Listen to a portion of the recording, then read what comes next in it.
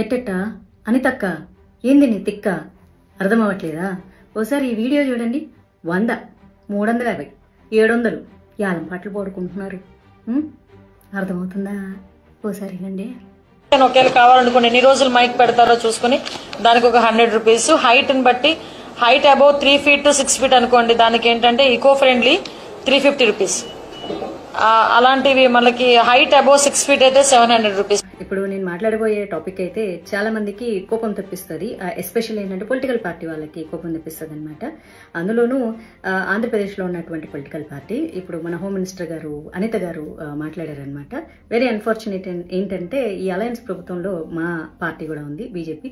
అయినా సరే నేను తప్పు అని ఖండించి తీరతాను. ఎందుకంటే నాకు పార్టీ కంటే ముందు దేశం, ధర్మం, అందులోనూ నా హిందూ ధర్మం.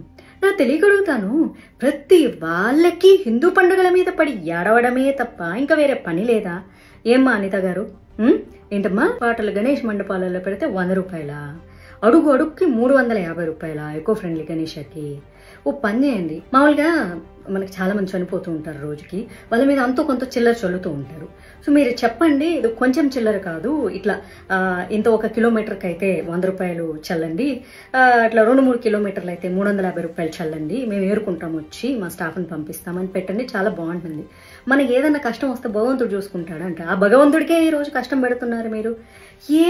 ప్రతి ఒక్కళ్ళకి హిందూ పండుగలు వస్తే చాలు, అసలు మీకు ఎందుకు ఇంత కడుపుమంటాం? అసలు మాకు నిజంగా అర్థం కాదు. ఇదే రూల్ మీరు క్రిస్టియన్స్కి పెట్టండి, ఇదే రూల్ మీరు ముస్లిమ్స్కి పెట్టండి, తర్వాత హిందువులకు కూడా పెట్టండి. మేమేమి అందరికీ సమానంగా రూల్స్ పెట్టండి. రోజుకి 5 సార్లు నమాజ్ చేస్తూ ఉంటారు కదా, వాళ్ళకి ఎప్పుడైనా రూల్స్ పెడతారా? మరి వాళ్ళకు కూడా నమాజ్కి 100 రూపాయలు అని పెట్టాలి కదా. గణేష్ మండపాల దగ్గర సాంగులకి 100 రూపాయలు ఏంటి? లేకపోతే క్రిస్టియన్స్ అర్ధరాత్రులు కూడా పెడుతూ ఉంటారు కదా. నేను ఎవరిని కించపరచట్లేదు, ఇక్కడ గుర్తుపెట్టుకోవాలి. పొలో మనం తిట్టడానికి రెడీ అయిపోతుంటారులే కానీ ఆయన భగవంతుడికి బోల్డని కష్టాలు వచ్చాయంట, బోడి మాధవిలత కష్టాలు వస్తే ఏంటి, మీరు తిడితే ఏంటి, నాకేం? మరి వాళ్ళకు సేమ్ రూల్స్ అప్లై చేసి మాకు కూడా సేమ్ రూల్స్ అప్లై చేయండి.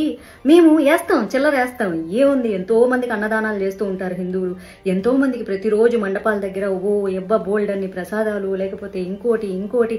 అసలు మా పండగలంటేనే 10 మందిని బతికించడానికి ఉండేటటువంటి వ్యవహారం అది. ఒక వినాయక చవితి వస్తే మండపాలు వేసేటోళ్ళు ఏంటి, మట్టి బొమ్మలు తయారు చేసేటోళ్ళు ఏంటి, అసలు ఒకటేంటి అరటి ఇవి అవ్వచ్చు, పత్రం అమ్ముకునేటోళ్ళు కావచ్చు, పూలు పళ్ళు, ఎన్ని వ్యాపారాలు బతికిస్తూ ఉంటారు హిందువులు. అట్లాంటిది మీ మొహాన చిల్లరేయడానికి మాకేముంది? మేము దాని బిచ్చం వేస్తాం. మేము కావాలంటే మండపాల దగ్గర మీరు వచ్చి అడుక్కుంటున్నారు. యాక్చువల్లీ చెప్పాలంటే టు బి ఆనెస్ట్లీ 100 రూపాయలు 350 రూపాయలు అని చెప్పి అడుక్కి 350 రూపాయలు మీరు బిచ్చం అడుగుతున్నారు. మేము బిచ్చం వేస్తాము, ఏముంది? మా విగ్రహాల దగ్గర మీరు బిచ్చం ఎత్తుకుంటుంటే వేయడానికి మాకు ఏమన్నా ప్రాబ్లమా? నేను ఇప్పుడు ఇలా మాట్లాడాను అనుకో, ఇప్పుడు ఎన్వైరన్మెంట్ మీద ప్రేమ పుట్టుకొచ్చేస్తుంది చాలా మందికి. ప్రకృతి ప్రేమికులు అంటూ మాట్లాడతారు.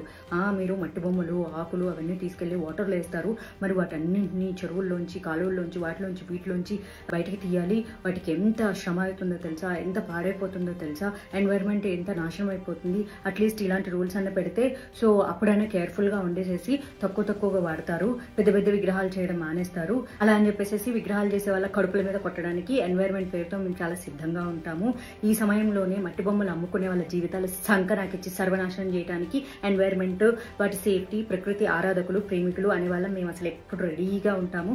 ఎందుకంటే రేప్ చేసిన అమ్మాయి ఎట్ట చచ్చిపోయినా పర్వాలేదు, కానీ రేపిస్ట్ గాడికి ఉరి శిక్ష, ఇంకో శిక్ష వేస్తే మానవ హక్కులు అని చెప్పి ముందుకు వస్తారు చూడు. అట్లాంటి ప్రకృతి ప్రేమికులు ఇప్పుడు ముందుకు వచ్చేస్తారనమాట. అంతే మీరు ఏదంటే అది కరెక్ట్. దానగుణం చేయడంలో హిందూ దేవాలయాలు కానీ, హిందూ పండుగలు కానీ ఫస్ట్ నంబర్ 1 ఉంటారు. చిన్న పిల్లలు కూడా వాళ్ళ కిడ్డీ బ్యాంకుల్లో పెట్టుకుంటారు, పిగ్గీ బ్యాంక్స్. అవి కూడా పాలగొట్టి తీసుకొచ్చి కావాలంటే ఇస్తారు, మీ మొహాన పడేస్తారు డబ్బులు, అదేముంది. కాకపోతే అందరికీ సేమ్ రూల్ అప్లై చేయండి. మీరు ఇలాగ ఇన్నిసార్లు మైకులు పెడితే, లేకపోతే పొగులు, మధ్యాహ్నము, సాయంత్రం, అర్ధరాత్రి పెడితే ఇగో ఇంత డబ్బులు కట్టండి అని రూల్స్ పెట్టండి. అందరికీ రూల్స్ పెడితే మేము కూడా ఒప్పుకుంటాము. మీరు అడుక్కుంటామంటే చెప్తున్నా కదా, అయ్యయ్యో మా ఇంట్లో పనిచేసేటోళ్ళు, మా దగ్గర వాచ్మెన్లు, లేకపోతే చిన్న పిల్లలు అందరూ తీసుకొచ్చి మీ మొహం డబ్బులు పడేస్తారు. ఇప్పుడు కాలుతుంది కదా మీకు, సిగ్గు శరం. ఎప్పుడు చూడు ఆ ఎండోమెంట్ డిపార్ట్మెంట్ నుంచి వచ్చిన కోట్ల రూపాయలు మీ పర్సనల్ అవసరాలకు, ఆస్తులకు, దేవుడి ల్యాండ్లు అమ్మేసుకుంటూ ఉంటారు, దేవుడి నగలు అమ్మేసుకుంటూ ఉంటారు, ఎవరెవరో ఇచ్చిన కిరీటాలు అన్నీ అమ్మేసుకుంటూ ఉంటారు, కుటుక్కు శ్వాహాలు చేస్తూ ఉంటారు.